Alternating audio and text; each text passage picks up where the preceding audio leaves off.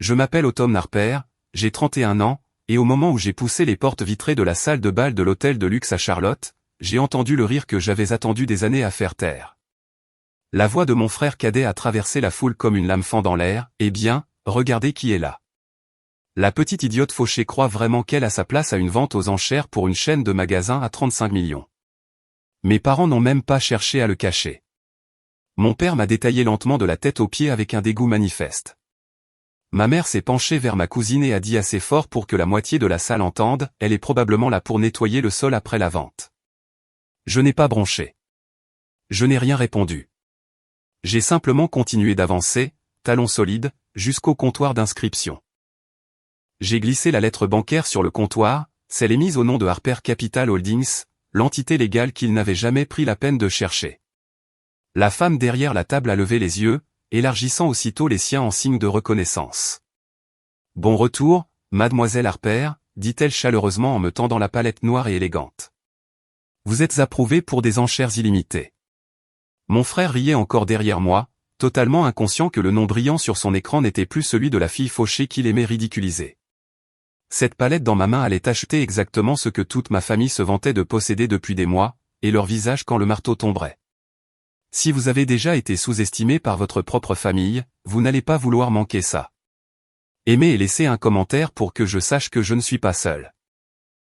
Abonnez-vous pour voir à quel point ils ont été choqués quand j'ai levé cette palette pour 35 millions d'un seul geste. Activez les notifications, car cette histoire ne fait que commencer. Il restait 20 minutes avant le début de la vente, et je me suis glissé dans un coin sombre près d'une haute colonne de marbre où la foule ne pouvait pas vraiment m'atteindre. J'avais passé les 13 dernières années à faire en sorte que personne de mon passé ne puisse me retrouver sans mon consentement. À 18 ans, juste après la remise des diplômes, mon père m'avait appelé dans le salon, les bras croisés, la voix sèche, on en a fini de porter du poids mort. Prends ce dont tu as besoin ce soir et pars. Ryder, 15 ans et déjà plus grand que moi, était adossé au chambranle avec le même sourire narquois qu'il porte encore aujourd'hui. Il était temps qu'on se débarrasse du parasite, avait-il dit assez fort pour que le voisinage l'entende. Je n'ai pas discuté. Je n'ai pas supplié. Je suis monté, j'ai rempli une seule valise, pris les $237 que j'avais cachés dans une vieille boîte à chaussures, et je suis parti avant le lever du soleil. J'ai pris le Greyhound de 5h10 au départ de Raleigh avec pour seul bagage un téléphone bon marché et la promesse de ne plus jamais dépendre de quelqu'un capable de me jeter. Les 3 premières années ont été brutales, double service dans un dîner ouvert toute la nuit près de Peachtree, imprégné d'odeur d'huile de friture et de désespoir, je dormais sur un futon dans un studio grand comme un placard, prenais des cours de finance au Community College à 6h du matin, puis travaillais jusqu'à 3h. Chaque dollar de pourboire allait directement dans un compte nommé « Indépendance ». Je mangeais des ramen, portais les mêmes 3 uniformes et je n'ai manqué aucun cours. À 24 ans, j'avais économisé $93 000 et repéré ma première vraie opportunité, une petite chaîne locale de 6 boutiques en redressement judiciaire. Je l'ai achetée grâce à une LLC nouvellement créée que personne ne pouvait relier à la fille chassée de chez elle. 18 mois plus tard, je l'ai revendue pour un peu plus d'1 million. C'est à ce moment-là que j'ai su que la mode en difficulté serait mon champ de bataille. J'ai gardé chaque victoire secrète. J'ai changé l'entité opérationnelle pour Harper Capital Holdings afin que mon vrai nom n'apparaisse jamais dans les documents publics. Je me suis construit une réputation qui commençait à circuler dans le milieu, mais jamais assez fort pour atteindre la Caroline du Nord. À 27 ans, j'ai conclu ma première opération à 8 chiffres, une chaîne de 22 magasins à Dallas que tous les grands fonds avaient abandonné. J'ai restructuré la dette, rafraîchi les collections et triplé le trafic en 14 mois. Les partenaires de Private Equity ont commencé à m'appeler directement. Mon équipe a grandi jusqu'à 12 personnes. Ma réputation encore plus vite. À 29 ans, j'avais des bureaux discrets à Midtown Atlanta et West Hollywood, un carry à 7 chiffres chaque année et une valeur nette personnelle qui aurait fait s'étouffer ma famille si elle avait pris la peine de vérifier. Je n'ai jamais mis à jour mon adresse, jamais accepté les demandes Facebook aléatoires, jamais répondu au seul texto d'anniversaire que ma mère m'a envoyé pour mes 25 ans. Après ça, plus rien. Ryder s'est marié à 26 ans et m'a envoyé une invitation comme si le passé n'avait jamais existé. Je l'ai jeté directement à la poubelle, sans l'ouvrir. L'entreprise de vêtements pour hommes de mon père a commencé à perdre de l'argent il y a 5 ans. J'ai observé depuis les gradins tandis que les banques se refermaient sur lui. Il y a 3 ans, j'ai racheté discrètement la dette senior de leur magasin phare via une fiducie anonyme. Ils n'ont toujours aucune idée que le nouveau propriétaire qui envoie les avis de défaut, c'est moi. 10 ans de nuit blanche, terrifié à l'idée d'échouer et de leur donner raison. 10 ans à transformer chaque insulte en carburant.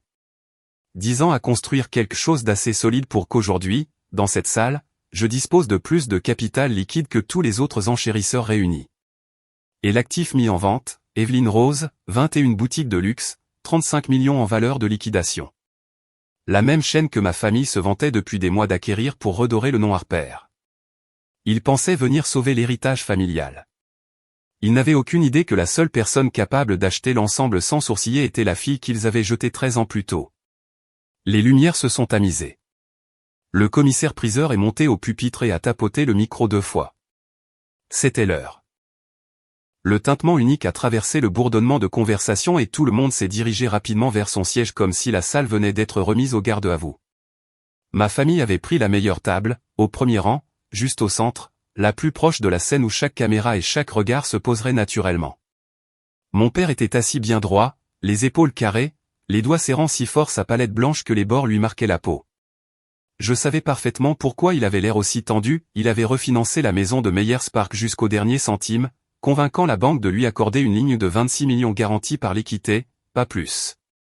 Ma mère était à côté, agrippant sa pochette de créateur comme une bouée, lissant sans cesse le même pli invisible sur le cuir, cette habitude nerveuse qu'elle avait chaque fois que l'argent manquait quand j'étais enfant.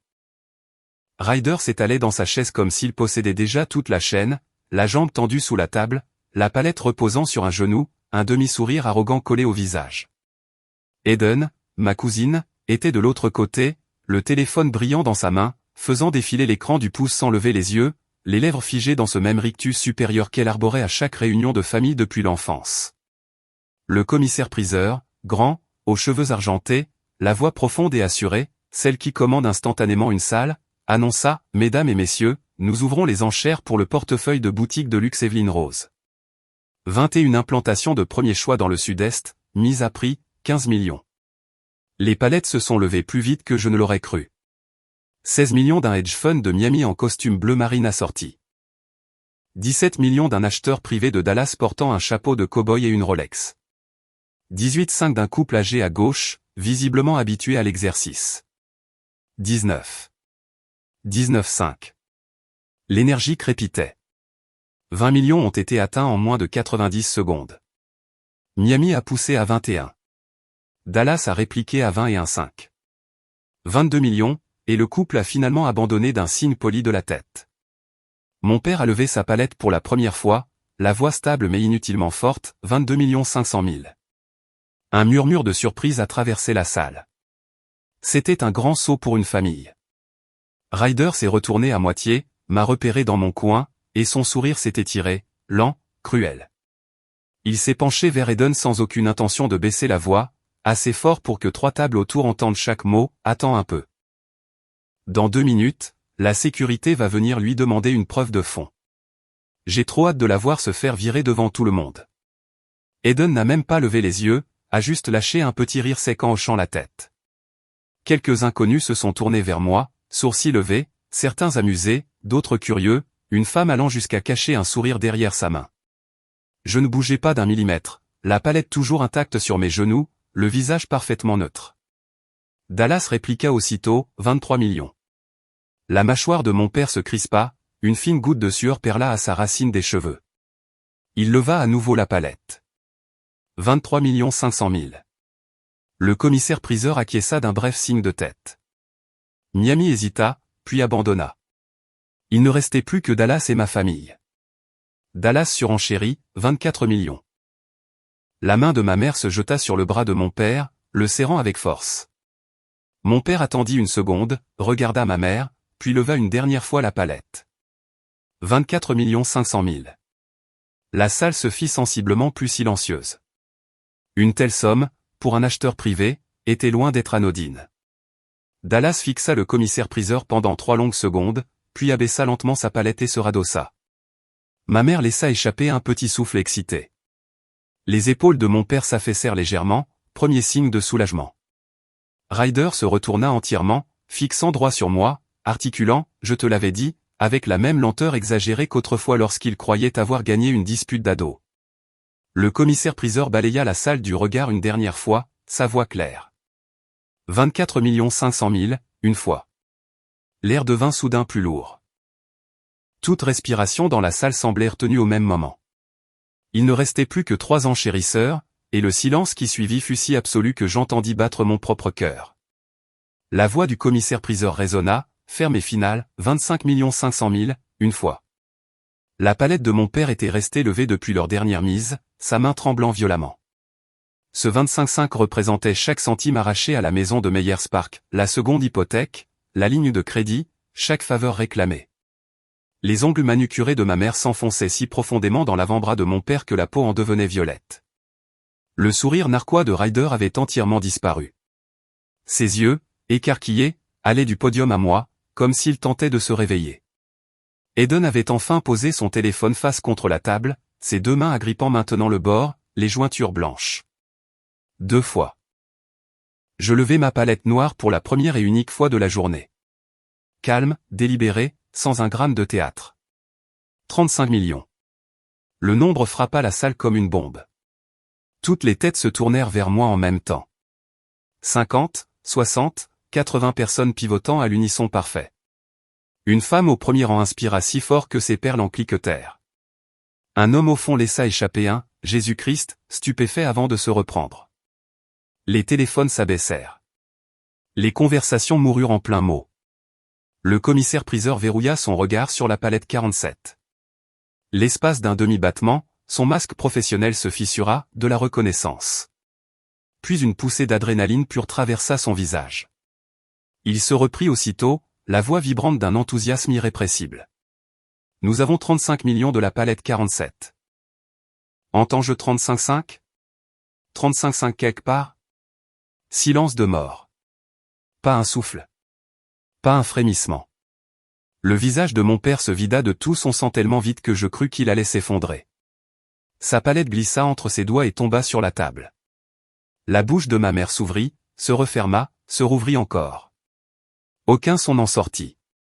Sa main quitta le bras de mon père pour se plaquer à sa gorge comme si elle suffoquait. Ryder bondit sur ses pieds si brusquement que sa chaise racla le sol et se renversa dans un fracas qui fit sursauter la moitié de la salle. Son verre se renversa, glace et eau inondant la nappe blanche et coulant sur ses chaussures à $4 000. Il ne s'en rendit même pas compte. Il resta debout dans la flaque, la poitrine en feu, me fixant comme si j'étais une étrangère portant le visage de sa sœur. Le téléphone de Eden glissa de la table et tomba sur la moquette dans un « tude » sourd. Elle ne bougea pas pour le ramasser. Ses lèvres s'entr'ouvrirent, mais le seul son qui en sortit fut un « non » brisé, presque inaudible. Le commissaire-priseur n'attendit pas longtemps. 35 millions une fois, 35 millions 2 fois. Dernier et ultime appel. Adjugé à la palette 47, Mademoiselle Autumn Harper, pour 35 millions. Le marteau s'abattit dans un craquement qui résonna contre les lustres en cristal comme un coup de tonnerre. Une seconde interminable s'étira, la salle entière pétrifiée. Puis la digue céda. Les chuchotements explosèrent en rires incrédules, applaudissements épars, éclairs d'appareils photo jaillissant de tous les coins. Des gens se mirent sur la pointe des pieds, allongeant le cou pour mieux voir la femme en robe noire simple qui venait de conclure la vente d'une seule enchère tranquille. Mon père enfouit sa tête dans ses mains, coude sur la table, épaules secouées. Ma mère regardait droit devant elle, les yeux vitreux, le rouge à lèvres impeccable mais le visage entièrement vide, comme si on venait d'effacer son avenir en direct. Ryder restait debout dans la flaque qu'il avait créée, l'eau dégoulinant de ses poignets, la bouche ouverte sans produire le moindre son. Eden réussit enfin à murmurer, d'une voix fêlée, « C'est impossible ». Je baissai lentement ma palette, laissant une infime courbe effleurer le coin de mes lèvres. Rien de bruyant, rien de cruel, juste la reconnaissance silencieuse d'un moment qui avait 13 ans de gestation. La fille qu'ils avaient jetée dehors avec une seule valise venait de leur prendre la seule chose sur laquelle ils avaient tout misé. Et l'expression sur leur visage, dans cette seconde parfaite après la chute du marteau, valait chaque nuit où j'avais eu faim. La sécurité se déplaça vers la scène pour le lot suivant. La salle se tourna lentement de nouveau vers l'avant, bruissant encore de l'histoire dont ils venaient d'être témoins. Mais ma famille, elle, n'avait pas bougé, pas d'un centimètre. Quelques minutes plus tard, j'étais dans le couloir privé derrière la scène, signant le dernier document du contrat préliminaire avec le responsable de la vente. La porte claqua si violemment qu'elle rebondit contre le mur. Ryder surgit le premier, les veines du cou gonflées d'un rouge vif. « Où t'as trouvé cet argent » aboya-t-il en s'avançant si près que je sentis l'odeur de whisky sur son souffle. « On ne balance pas 35 millions comme de la petite monnaie. Tu me le dis maintenant. » Mon père entra juste derrière lui, les yeux réduits à deux fentes, la voix basse et dangereuse, « Ne joue pas à ça avec nous. Personne ne fait un coup pareil sans quelque chose de sale derrière. » C'est quoi? Un deal d'usurier? Une fraude? Ma mère les dépassa, serrant son sac contre sa poitrine comme un bouclier, la voix tremblante de colère et de peur, « Tu ne peux pas faire ça à ta propre famille, Autumn. Cette chaîne devait nous sauver. Comment as-tu pu être aussi cruel ?» Eden entra en dernière, les bras croisés, me fixant comme si j'étais une intruse portant la peau de sa cousine. Je remis le capuchon du stylo, rendis le dossier au responsable, et seulement alors je me tournai vers eux. Je regardai d'abord Ryder, puis mon père, puis ma mère, puis Eden. Un par un, lentement, laissant le silence s'étirer jusqu'à l'inconfort. Ma société opère sous une entité juridique différente, dis-je d'une voix parfaitement égale. Vous ne m'avez jamais demandé ce que je faisais depuis 13 ans. Vous n'avez jamais pris la peine de taper mon nom sur Google. Alors vous ne l'avez jamais su. Ryder fit un pas agressif, son doigt pointé à 1 centimètre de mon visage. Arrête ton baratin corporate, cracha-t-il. C'est l'argent de qui, en réalité? Un riche petit ami? Des investisseurs louches? Tu nous dois une foutue explication. Mon père m'interrompit avant que je puisse répondre, la voix montant, tu crois que tu peux débarquer ici, nous humilier devant toute la ville, et t'en aller tranquillement? Ce portefeuille était notre avenir. On avait des plans. On avait des prêteurs en attente. Tu nous l'as volé. Les yeux de ma mère se remplirent de vraies larmes cette fois. Nous sommes tes parents, Autumn. Ton sang. Comment as-tu pu nous tourner le dos comme ça? Eden parla enfin, d'une voix petite et venimeuse, tu nous as toujours détestés. Tu ne supportais pas de nous voir enfin réussir, alors tu as détruit tout ce qu'on avait construit. Je laissai planer un dernier silence. Je n'ai rien volé, dis-je. J'ai acheté ce qui était en vente dans une enchère publique. Vous avez décidé que 25,5 était votre plafond. J'ai décidé que le mien était plus haut. C'est comme ça que fonctionnent les enchères. Ryder ouvrit la bouche, le visage déformé, tu te puis-je passer devant eux quatre, mes talons claquant une fois sur le sol en marbre. La porte se referma derrière moi dans un dernier clic feutré.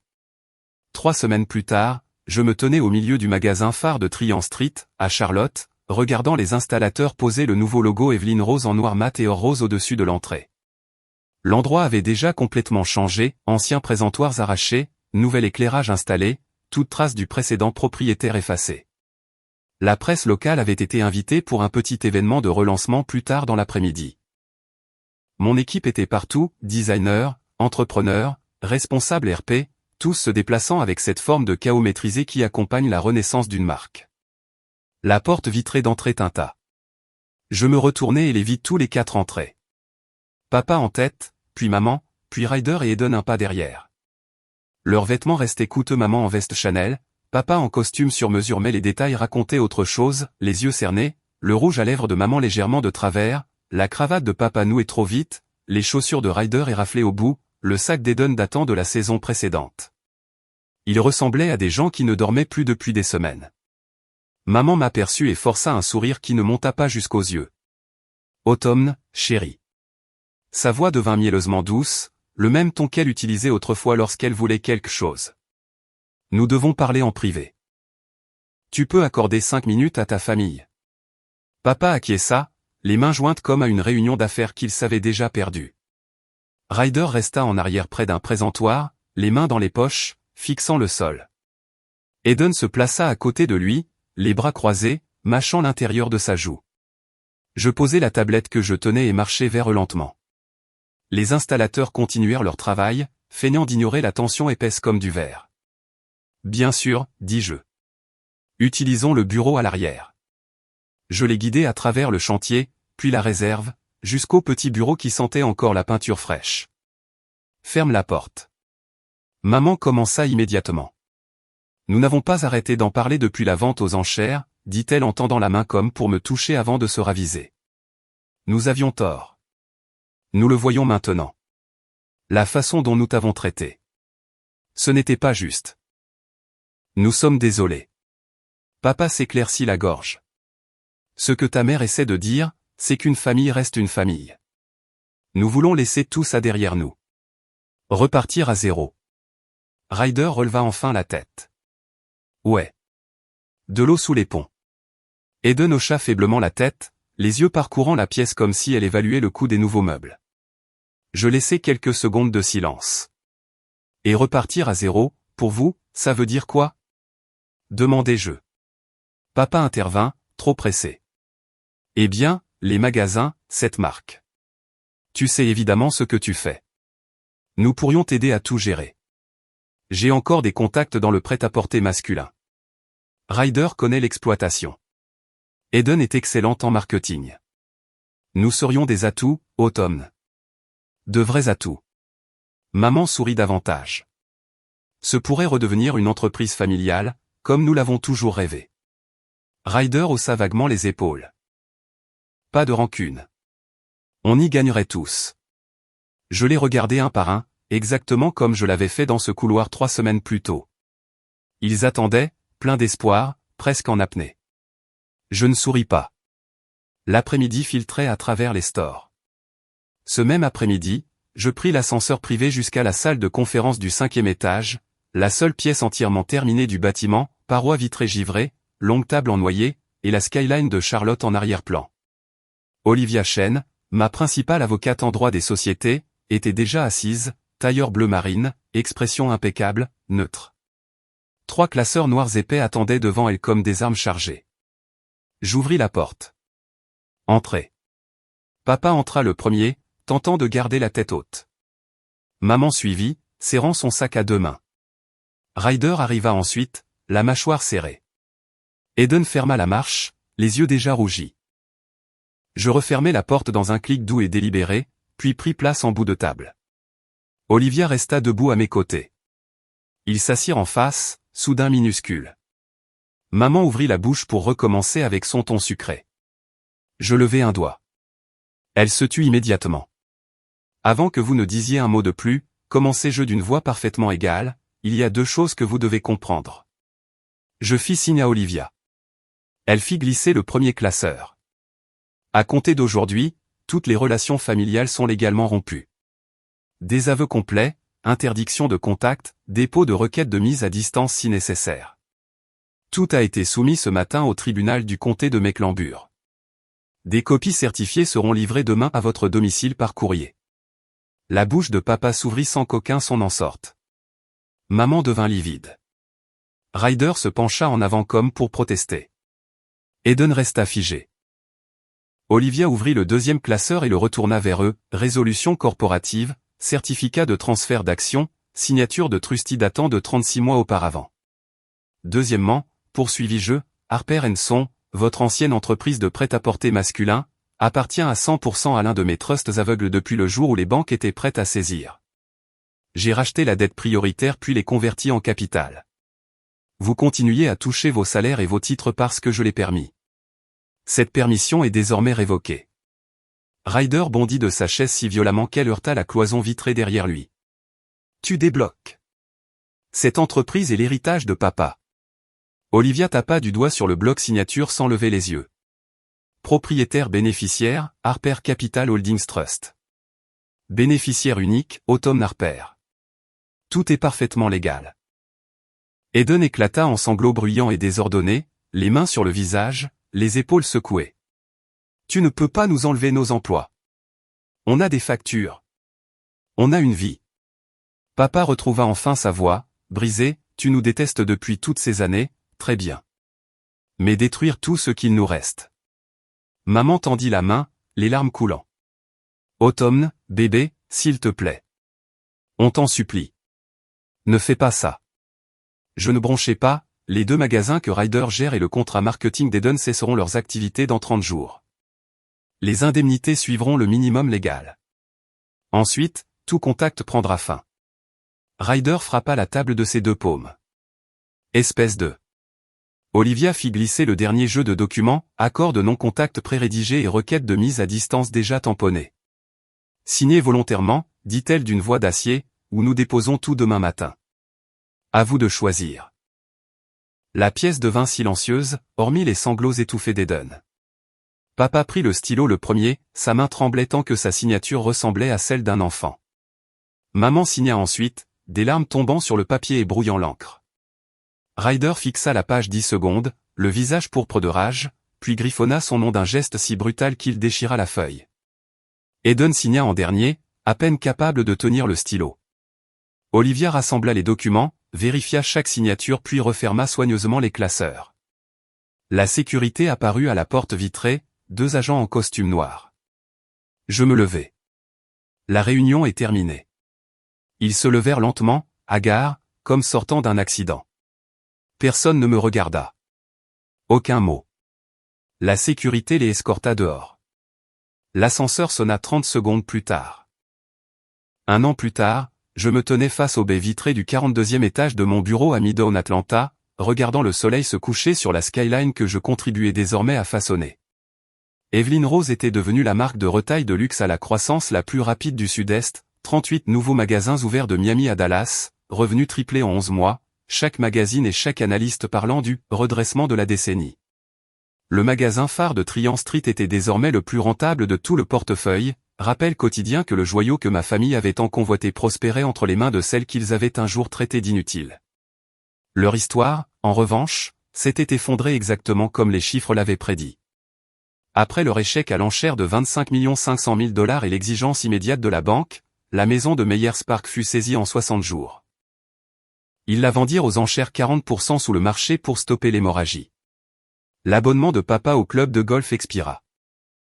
Les déjeuners caritatifs de ma mère et les invitations se sont taris, et ils ont déménagé dans un appartement de 2 chambres près d'Albemarle Road, du genre avec des murs trop fins et une buanderie commune, la première fois de leur vie qu'ils vivaient sans portail ni gardien. Ryder est resté au chômage pendant 10 mois d'affilée, son CV autrefois gonflé de titres de directeur régional ne ressemblant plus qu'à un avertissement, et personne dans le secteur ne voulait toucher à quiconque associé. Au nom Harper après le scandale public, lorsqu'il a enfin trouvé un travail, c'était pour remplir des rayons de nuit dans une grande enseigne pour 14 $ de l'heure, tandis que Eden acceptait un poste de caissière au South Park Mall, le même centre commercial où elle dépensait autrefois 5 chiffres en un samedi. Portant chaque jour la même veste en polyester pour scanner les achats de clients qui avaient autrefois assisté à sa fête de fiançailles, je ne me suis jamais renseigné directement sur eux, je n'en avais pas besoin, les contacts communs, les registres publics et les murmures de l'industrie suffisant à dresser un tableau limpide, tandis que je mettais toute mon énergie dans le chapitre suivant. En mars, j'ai officiellement lancé le Harper Rising Scholarship Fund, 10 millions de $ par an, entièrement doté, destiné aux étudiants de première génération issus de foyers à faible revenu faisant preuve d'une détermination exceptionnelle. La question de rédaction était simple, racontez-nous un moment où l'on vous a dit que vous n'y arriveriez jamais et comment vous avez prouvé le contraire. À chaque réunion du conseil, à chaque cérémonie de remise des bourses. Je pensais à la jeune fille de 18 ans avec une seule valise et un billet de bus Greyhound, et le fond portait le nom de jeune fille de ma mère, Harper, la seule part de la famille que j'honorais encore, non pas grâce à eux mais malgré eux. Je n'ai plus jamais eu de nouvelles d'aucun d'eux, les ordonnances de non-contact ont tenu, les dépôts de plaintes sont restés en attente, inutiles, et ils ont disparu de mon monde aussi complètement que j'avais autrefois disparu du leur. Certaines nuits, je me réveille encore à 3 heures du matin en m'attendant à entendre la voix de mon père me dire de partir, puis je regarde les lumières de la ville depuis le 42e étage et je me rappelle que je n'ai jamais eu besoin de leur approbation, ni de leur argent, ni de leur amour, seulement de la chance qu'ils avaient tenté de m'ôter. Et désormais je veille à ce qu'aucun enfant qu'on écarte comme on l'a fait pour moi n'ait à mener ce combat seul, je n'ai plus besoin qu'ils me reconnaissent, je veux simplement que chaque enfant à qui l'on a dit qu'il ne valait rien ait l'opportunité que j'ai eue de se lever, de regarder le monde droit dans les yeux et de prouver à quel point ces gens-là avaient tort, car c'est la seule trace qui compte.